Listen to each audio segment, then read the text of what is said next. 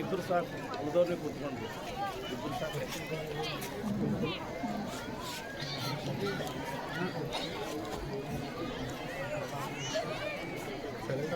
ಭಕ್ತಿ ಇಲ್ಲದ ಧರ್ಮ ವ್ಯರ್ಥವಾಗುವುದೆಂದು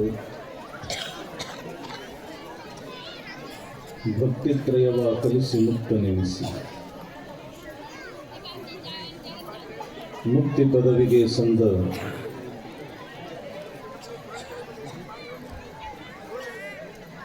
ಕರ್ತೃ ಬಸವೇಶನತಿ ಭಕ್ತಿ ಭಿಕ್ಷೆಯ ನೀಡಿಸಲು ಹೆಣ್ಣನು.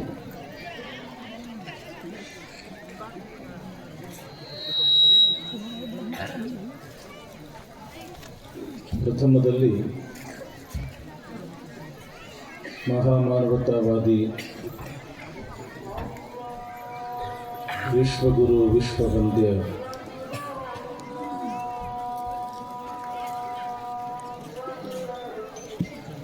ಅಣ್ಣ ಬಸವಣ್ಣನವರನ್ನು ಎಲ್ಲ ಪ್ರಮುಖರನ್ನು ಸ್ಮರಣೆ ಮಾಡಿ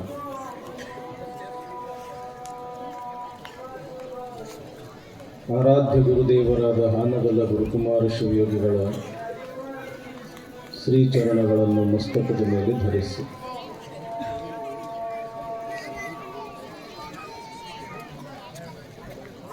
ಶಿವಮೆಚ್ಚುವಂತೆ ಬಸವ ಪುರಾಣ ಬರೆದ ಭೀಮಕವಿಗಳವರನ್ನು ಸ್ಮರಿಸಿ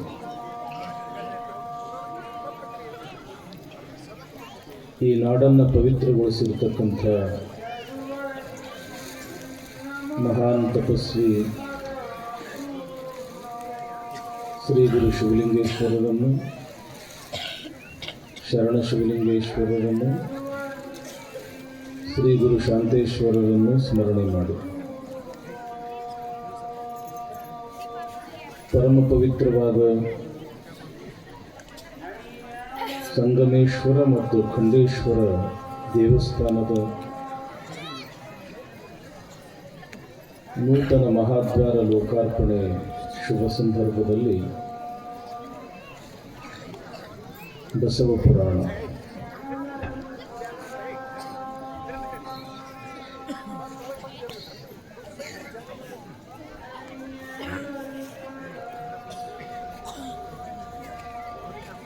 ಈ ಬಸವ ಪುರಾಣದ ಈ ಎಲ್ಲ ಕಾರ್ಯಕ್ರಮಗಳ ಗೌರವ ಅಧ್ಯಕ್ಷರಾಗಿ ಮಾರ್ಗದರ್ಶನವನ್ನು ನೀಡುತ್ತಾ ಸದಾ ಹಸನ್ಮುಖಿಗಳಾಗಿ ಈ ಕಾರ್ಯಕ್ರಮದ ಯಶಸ್ಸಿಗೆ ತಮ್ಮನ್ನು ತಾವು ಸಮರ್ಪಿಸಿಕೊಂಡಿರತಕ್ಕಂಥ ಶ್ರೀಮನ್ ನಿರಂಜನ ಪ್ರಣವ ಸ್ವರೂಪ ಅಭಿನವ ಶಿವಲಿಂಗ ಮಹಾಸ್ವಾಮಿಗಳವರ ಪವಿತ್ರ ಪಾದಗಳಲ್ಲಿ ಅನಂತ ಪ್ರಣಾಮಗಳನ್ನು ಸಮರ್ಪಿಸಿ ಈ ಕಾರ್ಯಕ್ರಮದ ಅಧ್ಯಕ್ಷರಾಗಿರ್ತಕ್ಕಂಥ ಪರಮ ಪೂಜ್ಯ ಶತಸ್ಥಲ ಬ್ರಹ್ಮ ಶಾಂತವೀರ ಶಿವಾಚಾರ್ಯ ಮಹಾಸ್ವಾಮಿಗಳವರ ಅಡಿದಾವರಗಳಲ್ಲೂ ನತಮಸ್ತಕನಾಗಿ ಸಂಗೀತ ಕಲಾ ಬಳಗವೇ,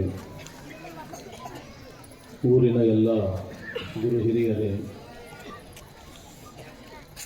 ದೇವಸ್ಥಾನದ ಎಲ್ಲ ಪದಾಧಿಕಾರಿಗಳೇ, ಪರಸ್ಥಳದಿಂದ ಆಗಮಿಸಿರ್ತಕ್ಕಂಥ ಸದ್ಭಕ್ತ ಶ್ರೇಷ್ಠರೇ, ಶರಣರೇ, ತಾಯಿಂದರೇ, ಮಕ್ಕಳೇ, ಎಲ್ಲರಿಗೂ ಶರಣ.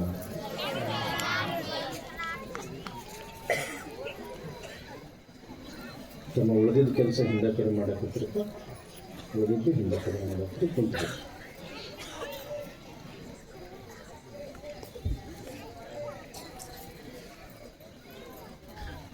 ತೋಟವ ಬಿತ್ತಿದರು ಎಮ್ಮವರು, ಕಾಹ ಕೊಟ್ಟರು ಜವನರು, ನಿತ್ಯವಲ್ಲದ ಸಂಸಾರ ವೃಥಾ ಹೋಯಿತಲ್ಲ, ಗುಹೇಶ್ವರ ನಿಕ್ಕಿದ ಕಿಚ್ಚು ಕತ್ತಿಕ್ಕಲುಂಟು ಕಟ್ಟುಣವಿಲ್ಲ.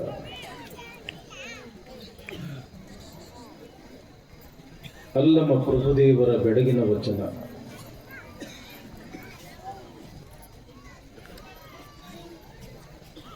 ಬೆಡಗಿನ ವಚನಗಳು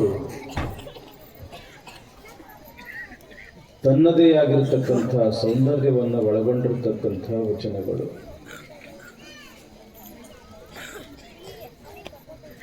ಒಂದು ರೀತಿಯಲ್ಲಿ ಒಗಟಿನ ಥರ ವಿಶೇಷ ಅರ್ಥವನ್ನು ಹೊಂದಿರತಕ್ಕಂಥ ವಚನಗಳು ಬೆಡಗಿನ ವಚನಗಳು. ಈ ವಚನಗಳಿಗೆ ಕಬ್ಬಿಣದ ಕಡಲೆ ಅಂತ ಕರೆದಿದ್ದಾರೆ. ಅಂದ್ರೆ ಅಷ್ಟು ಕಠಿಣ. ಸಾದಾ ಕಡ್ಲಿ ತಿನ್ನೋದೇ ಕಷ್ಟ, ಅಷ್ಟು ಬಿರುಸಿರ್ತಾವೆ. ಇನ್ನು ಕಬ್ಬಿಣದ ಕಡಲೆ ಅಂತಂದ್ರೆ ಎಷ್ಟು ಬಿರುಸಿರ್ಲಿಕ್ಕಿಲ್ಲ.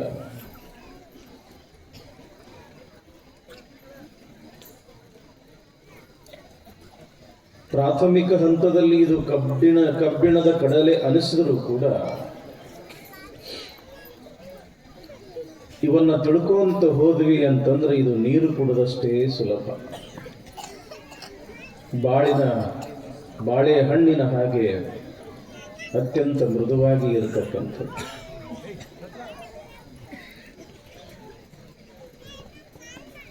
ಶರಣರ ವಚನಗಳು ಲೌಕಿಕ ಮತ್ತು ಪಾರಮಾರ್ಥ ಎರಡಕ್ಕೂ ಕೂಡ ದಾರಿದೀಪ. ನೋಡ್ರಿ, ಇದು ಒಂದು 3-4 ಸಾಲಿನ ವಚನದೊಳಗ ಅಲ್ಲಮ ಪ್ರಭುದೇವರು ಎಷ್ಟೊಂದು ಅದ್ಭುತವಾಗಿರ್ತಕ್ಕಂಥ ಅರ್ಥವನ್ನ ಹೇಳಿದ್ದಾರೆ. ತೋಟವ ಬಿತ್ತಿದರು ಎಮ್ಮವರು,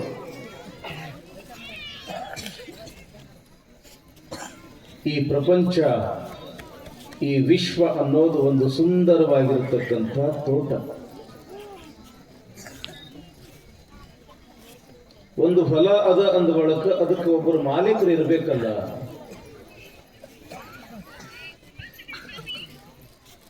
ಈ ತೋಟದ ಮಾಲೀಕರು ಒಬ್ಬರಲ್ಲ, ಇಬ್ಬರು.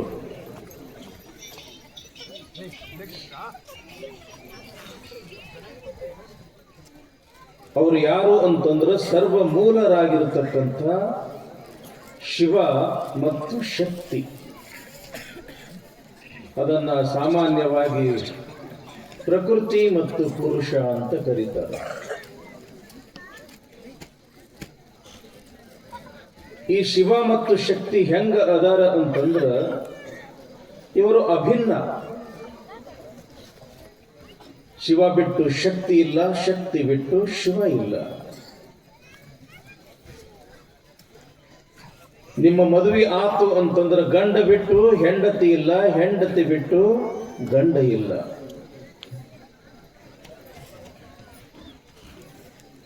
ದೇಹಗಳು ಬೇರೆ ಬೇರೆ ಆದರೂ ಕೂಡ ಭಾವ ಒಂದೇ, ಮನಸ್ಸು ಒಂದೇ, ಹೃದಯ ಒಂದೇ. ಸರ್ವಮೂಲರಾಗಿರ್ತಕ್ಕಂಥ ಶಿವ ಮತ್ತು ಶಕ್ತಿ ಬಹಳ ಅನೂನ್ಯ. ಕವಿರತ್ನ ಕಾಳಿದಾಸ ಹೇಳ್ತಾರಲ್ಲ, ವಾಗರ್ಥಾವಿವ ಸಂಪೃಕ್ತೌ ವಾಗರ್ಥ ಪ್ರತಿಪತ್ತಯೇ ಜಗತಃ ಪಿತರೌ ಒಂದೇ ಪಾರ್ವತಿ ಪರಮೇಶ್ವರವು. ಶಬ್ದ ಬಿಟ್ಟು ಅರ್ಥ ಇಲ್ಲ, ಅರ್ಥ ಬಿಟ್ಟು ಶಬ್ದ ಹೆಂಗಿಲ್ಲೋ ಹಂಗ ಶಿವನನ್ನ ಬಿಟ್ಟು ಶಕ್ತಿ ಇಲ್ಲ, ಶಕ್ತಿಯನ್ನ ಬಿಟ್ಟು ಶಿವ ಇಲ್ಲ. ಈ ಪ್ರಪಂಚಕ್ಕೆ ಇವರಿಬ್ರು ಮೂಲ, ಶಿವ ಮತ್ತು ಶಕ್ತಿ. ಶಕ್ತಿ ಏನು ಮಾಡ್ತಾಳ ಅಂತಂದ್ರೆ ಶಿವನ ಸಾನ್ನಿಧ್ಯದೊಳಗ ಈ ಎಲ್ಲಾ ಜೀವರಾಶಿಗಳನ್ನ ಸೃಷ್ಟಿ ಮಾಡ್ತಾಳ.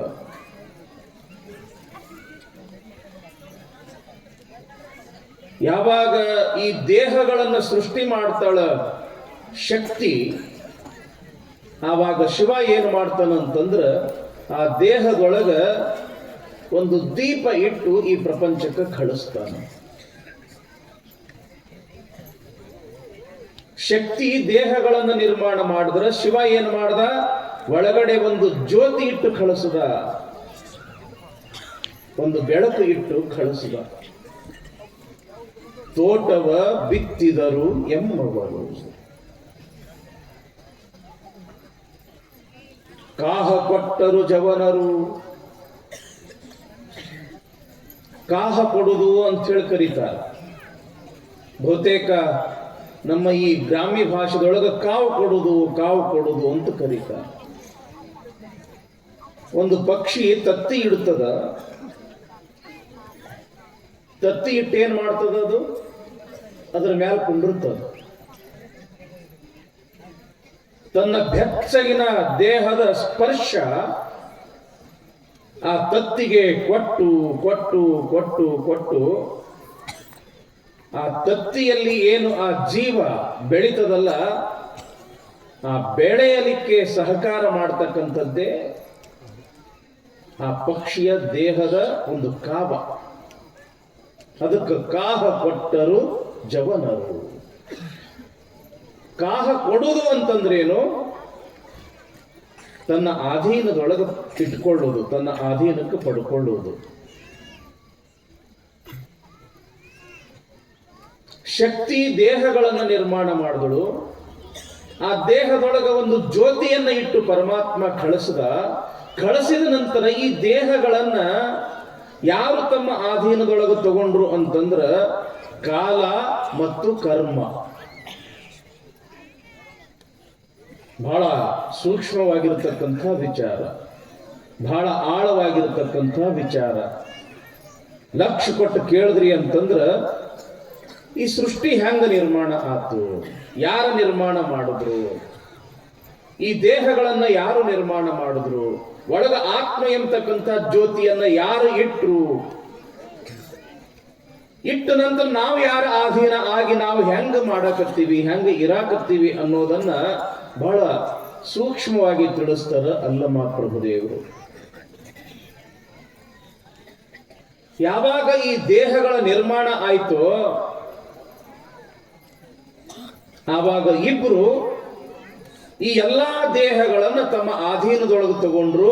ಅವ್ರು ಯಾರು ಅಂತಂದ್ರ ಕಾಲ ಮತ್ತು ಕರ್ಮ. ಕಾಲ ಅಂತಂದ್ರೆ ಯಾರು? ಸಮಯ. ನಾವೆಲ್ಲರೂ ಯಾರ ಅಧೀನ? ಕಾಲನ ಅಧೀನ, ಸಮಯದ ಅಧೀನ. ಎಲ್ಲಿ ತನಕ ಈ ಭೂಮಿ ಮೇಲೆ ನಾವು ಸಮಯ ಕೇಳಿ ಬಂದೀವಿ, ಆ ಸಮಯ ಮುಗಿತು ಅಂತಂದ್ರೆ ಮುಗಿದು ಹೊತ್ತು ನಾವು ಈ ಪ್ರಪಂಚ ಬಿಟ್ಟು ಹೋಗುವುದ ಇರಾಕ ಸಾಧ್ಯನೇ ಇಲ್ಲ. ಒಂದು ಕ್ಷಣವೂ ಕೂಡ ಇರಾಕ ಆಗುವುದಿಲ್ಲ. ಆಯುಷ್ಯ ಕ್ಷಣ ಏಕೋಪಿ ನ ಲಭ್ಯ ಸ್ವರ್ಣಕೋಟಿಭಿಃ. ಯಾವಾಗ ಇನ್ನೇನು ನಾನು ಸಾಯ್ತೀನಿ ಅಂತ ತಿಳ್ಕೊಂಡ ರಾವಣ, ಆವಾಗ ಶಿವನಿಗೆ ಕೇಳ್ತಾನಂತ ರಾವಣ, ಹೇ ಶಿವ, ನನಗೆ ಇನ್ನಷ್ಟು ಆಯುಷ್ಯ ಕೊಡು. ಈ ಬಂಗಾರದ ಲಂಕೆಯನ್ನೇ ನಾನು ನಿನಗೆ ಕೊಡ್ತೀನಿ, ನನಗೆ ಇನ್ನೊಂದಿಷ್ಟು ಆಯುಷ್ಯ ಕೊಡು. ಆವಾಗ ಶಿವ ಅಂದನಂತ, ಇಂಥ ಒಂದು ಬಂಗಾರದ ಲಂಕೆ ಅಲ್ಲ, ನೀ ಕೋಟಿ ಬಂಗಾರದ ಲಂಕೆ ಕೊಡ್ತೀನಿ ಅಂದ್ರೂ ಕೂಡ ಸಮಯ ಕೊಡಕ್ಕಾಗೋದಿಲ್ಲ. ಯಾಕ? ನಿನ್ನ ಸಮಯ ಮುಗಿದದ. ನಮ್ದಾಗ್ಲಿ ನಿಮ್ದಾಗ್ಲಿ ಯಾರ್ದ ಆಗ್ಲಿ ಸಮಯ ಅನ್ನೋದು ಮುಗಿತು ಅಂತಂದ್ರೆ ಮುಗಿದು ಹೋತು. ಯಾಕ ಅಂತಂದ್ರ ನಾವು ಯಾರ ಅಧೀನ ಅದೀವಿ? ಸಮಯದ ಅಧೀನದೊಳಗೆ ಅದೀವಿ ನಾವು. ಕಾಲ ಎಂತಕ್ಕಂಥದ್ದು ಏನು ಮಾಡ್ತಾನ ಅಂತಂದ್ರ, ಯಾವಾಗ ಗರ್ಭದೊಳಗ ಶಿಶು ಬೆಳೀತದ, ಏನು 7-8 ತಿಂಗಳಿಗೆ ಆ ಮಗುವಿಗೆ ಒಳಗ ಪ್ರಾಣ ಅನ್ನೋದು ಬರ್ತದ. ಯಾವಾಗ ಪ್ರಾಣ ಅನ್ನೋದು ಬಂತು, ಆ ಮಗುವಿಗೆ ಇಷ್ಟ ಆಯುಷ್ಯ ಅಂತ ಬರೆದು ಬಿಟ್ಟಾವ ಕಾಲ ಅನ್ನವ. ಒಂದು ದಿನ ಬರೆದಿರಬಹುದು, ಒಂದು ತಿಂಗಳು ಬರೆದಿರಬಹುದು, ಒಂದು ವರ್ಷ, 10 ವರ್ಷ, 100 ವರ್ಷ. ಈ ದೇಹಗಳು ಏನಾದವು ಅಂತಂದ್ರೆ ಕಾಲನ ಅಧೀನ ಆಗಿಬಿಟ್ಟು.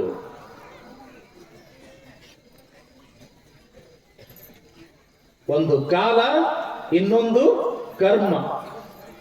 ಕಾಲ ಏನು ಮಾಡ್ದ ಅಂತಂದ್ರ ಇವನಿಗೆ ಇಷ್ಟು ಆಯುಷ್ಯ ಅಂತ ಬರದ.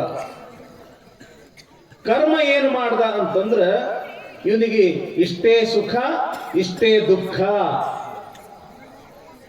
ಇವ ಬಡವನಾಗೇ ಇರಬೇಕು ಅಥವಾ ಇವ ಶ್ರೀಮಂತನಾಗೇ ಇರಬೇಕು, ಇವನ ಜೀವನದೊಳಗೆ ಇಂತಿಂಥ ಘಟನೆಗಳು ಹಿಂಗಿಂಗ ನಡಿಬೇಕು ಅಂತ ತಿಳ್ಕೊಂಡು ಬರೆದವನು ಅವನಿಗೆ ಕರ್ಮ ಅಂತ ಕರಿತೀವಿ. ಕೆಟ್ಟ ಕಾರ್ಯಗಳಾದರೂ ಸಹಿತ ಅದು ಕರ್ಮನ ಸಂಕಲ್ಪ. ಅದು ಒಳ್ಳೆಯ ಕಾರ್ಯಗಳಾದರೂ ಅದು ಕರ್ಮನ ಸಂಕಲ್ಪ. ಯಾವಾಗ ಮಹಾಭಾರತ ಯುದ್ಧ ಮುಗೀತು, ಮಹಾಭಾರತದ ಒಂದು ಪ್ರಸಂಗ ಬರುತ್ತದಲ್ಲ, ಅದು ವಸ್ತ್ರಾಪಹರಣ, ದ್ರೌಪದಿಯ ವಸ್ತ್ರಾಪಹರಣ ಒಂದು ಪ್ರಸಂಗ ಬರುತ್ತದೆ. ತುಂಬಿದ ಸಭೆಯೊಳಗ ದ್ರೌಪದಿಯ ಸೀರೆಯನ್ನು ಸೆಳೀತಾರೆ.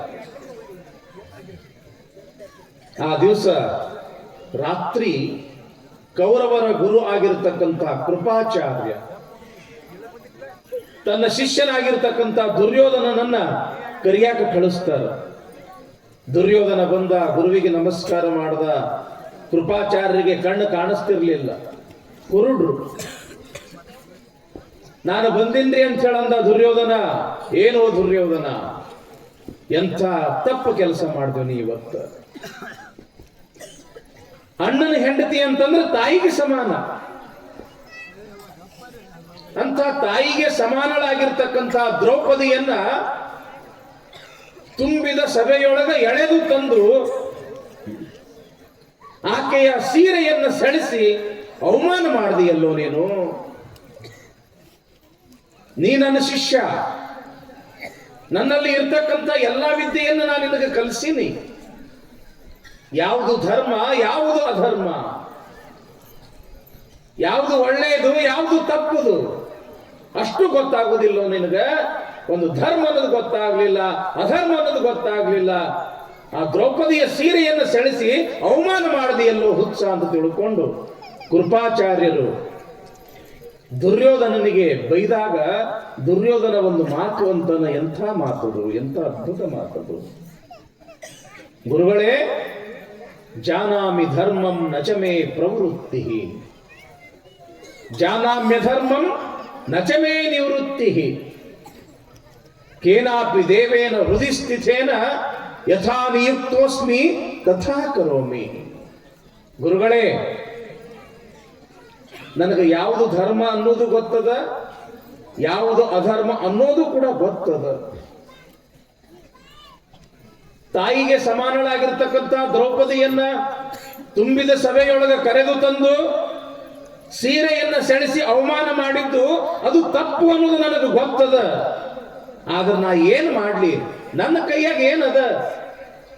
ಯಾವುದೋ ಒಂದು ಶಕ್ತಿ ನನ್ನ ಒಳಗೆ ಕುಂತು ಹಂಗ ಮಾಡ್ಸಕತ್ತದ, ಅದಕ್ಕೆ ನಾ ಮಾಡಾಕತ್ತೀನಿ, ನನ್ನ ಕೈ ಒಳಗೆ ಏನೂ ಇಲ್ಲ ಅಂತನ ದುರ್ಯೋಧನ. ಅದು ಅಷ್ಟೇ ಸತ್ಯವೂ ಕೂಡ. ಹಣೆ ಬರದೊಳಗೆ ಏನೇನು ಬರ್ತದದು ಎಲ್ಲ ಆಗಬೇಕ. ಯಾಕ? ನಾವು ಕಾಲ ಮತ್ತು ಕರ್ಮದ ಅಧೀನ. ಏನಪ್ಪ ಅವ್ರ ಹಣೆ ಬರದಾಗ ಇದ್ದಂಗ ಆಗ್ತದ. ಕಟ್ಟ ಕಡಿ ಮಾತಿದು. ಬಸವಣ್ಣವ್ರು ಏನೆಲ್ಲ ಮಾಡಿದ್ರು ಕಡಿಗೆ ಒಂದು ಮಾತಂತಾರ ಅವರು, ಬಾರದು ಬಪ್ಪದು, ಬಪ್ಪುದು ತಪ್ಪದು ಕೂಡಲ ಸಂಗಮ ದೇವ. ನಮ್ಮ ಹಣೆ ಬರದಾಗ ಒಳ್ಳೇದು ಬರೆದಿತ್ತು ಒಳ್ಳೇದಾಗ್ತದ, ಕೆಟ್ಟದ್ದು ಬರೆದಿತ್ತು ಅದು ಕೆಟ್ಟದಾಗ್ತದ. ಯಾಕ ಅಂತಂದ್ರ ಕಾಹ ಕೊಟ್ಟರು ಜವನರು. ನಮ್ಮ ಕೈ ಒಳಗೆ ಏನು ಇಲ್ಲ. ಕಾಲ ಎಷ್ಟು ವರ್ಷ ಆಯುಷ್ಯ ಬರದಾನ ಅಷ್ಟು ಇರುವುದದ. ಕರ್ಮ ಏನು ಸುಖ ದುಃಖ ಬರದಾನ ಅದನ್ನ ಅನುಭವಿಸೋದಷ್ಟ ಅದ. ನಿತ್ಯವಲ್ಲದ ಸಂಸಾರ ವೃಥಾವೋ ಇತ್ತಲ್ಲ. ಕಾಲ ಮತ್ತು ಕರ್ಮದ ಅಧೀನದೊಳಗೆ ಯಾವಾಗ ಈ ದೇಹ ಸಿಕ್ತೋ ಆವಾಗ ಮಾಯಾ ಮೋಹದಿಂದ ಕೂಡಿರ್ತಕ್ಕಂಥ ಈ ಸಂಸಾರದ ಬಲೆಯೊಳಗೆ ಬಿದ್ದ ಯಾರು? ಈ ಜೀವಾತ್ಮ. ಸಂಸಾರದ ಬಲೆಯೊಳಗೆ ಬಿದ್ದು ಕ್ಷಣಿಕವಾಗಿರ್ತಕ್ಕಂಥ ಸುಖಕ್ಕ ಆಶೆಯನ್ನ ಮಾಡಿ ಹುಟ್ಟಿದಾಗಿನಿಂದ ಸಾಯುವ ತನಕ ಬರೀ ಮಾಯಾ ಮೋಹದೊಳಗ ಇದ್ದು ಗುಹೇಶ್ವರ ನಿಕ್ಕಿದ ಕಿಚ್ಚು ಹೊತ್ತಿಕ್ಕಲುಂಟು ಅಟ್ಟುಣಲಿಲ್ಲ.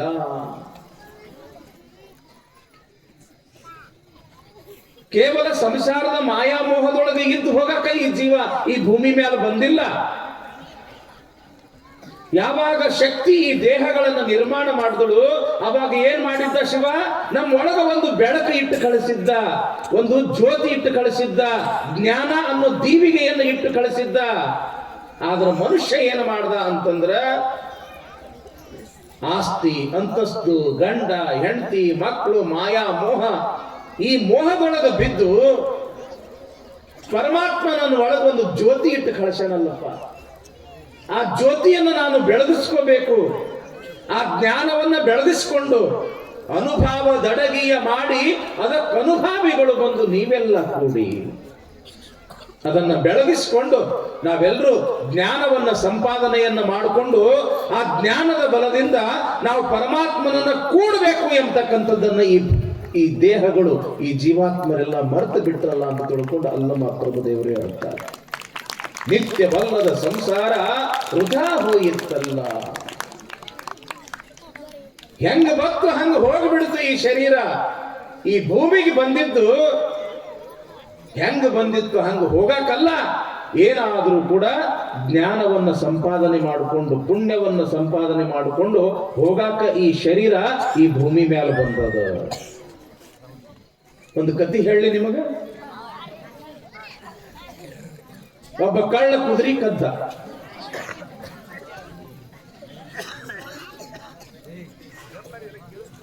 ಸೊಲ್ಲಾಪುರ ಅಂತ ಪ್ಯಾಟಿಗೆ ಒಯ್ದ ಮಾರಾಕ ಅಂತ.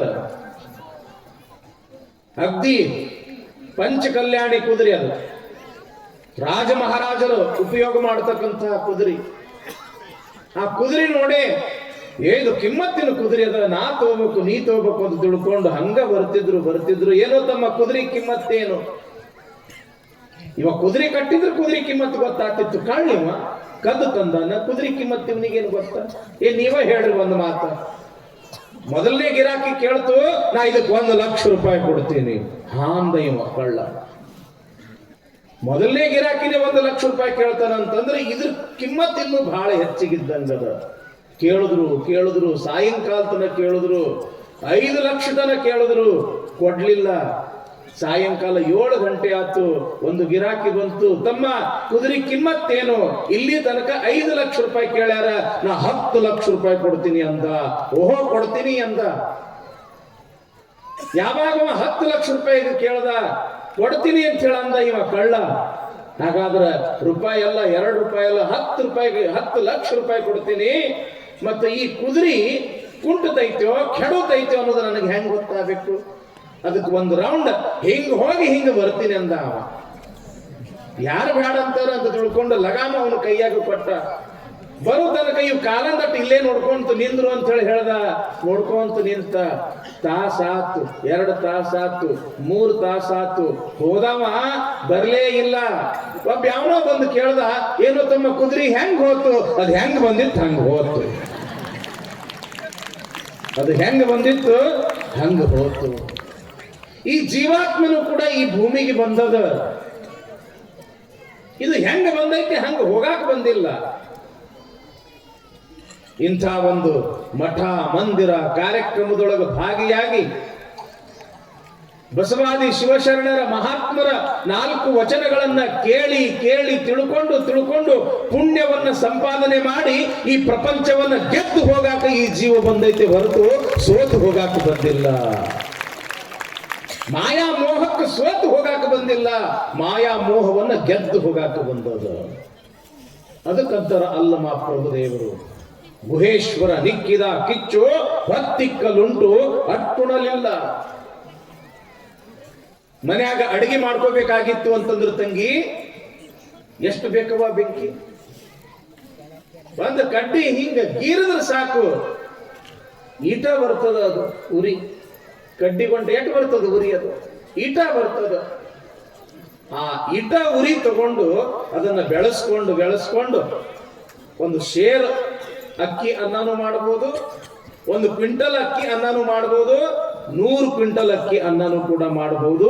ಬೆಂಕಿ ಸ್ವಲ್ಪ ಅದ, ಆದ್ರೂ ಬೆಳೆಸ್ಕೋಬೇಕಂತಾರ. ಇಲ್ಲಿ ಒಳಗ ಜ್ಞಾನ ಅನ್ನೋದು ಕೊಟ್ಟ ಕಳಿಸ್ಬಿಟ್ಟ ನಾವು ಪರಮಾತ್ಮ. ದೀಪ ಇಟ್ಟ ಕಳಿಸ್ಯಾನ. ಅದನ್ನ ಇಂಥ ಪಾಠ ಪ್ರವಚನಗಳ ಮುಖಾಂತರ ನೀವು ಬೆಳೆಸ್ಕೊಂಡ್ರಿ ಅಂತಂದ್ರ ಅದು ನಿಮ್ಮ ಜನ್ಮ ಧನ್ಯ ಎಂಬತಕ್ಕಂಥ ಮಾತು ಇಲ್ಲಿ ಪೀಠಿಕಾ ಭಾಗದೊಳಗೆ ತಿರುತ್ತಾ. ಇನ್ನು ಪುರಾಣ ಭಾಗಕ್ಕೆ ಬರೋದಕ್ಕಿಂತ ಮುಂಚೆ ನಮ್ಮ ಗವಾಯಿಗಳೊಂದು ಹಾಡನ್ನು ಹೇಳ್ತಾರೆ, ನಂತರ ವಿಷಯ ಮುಂದುವರಿಸೋಣ.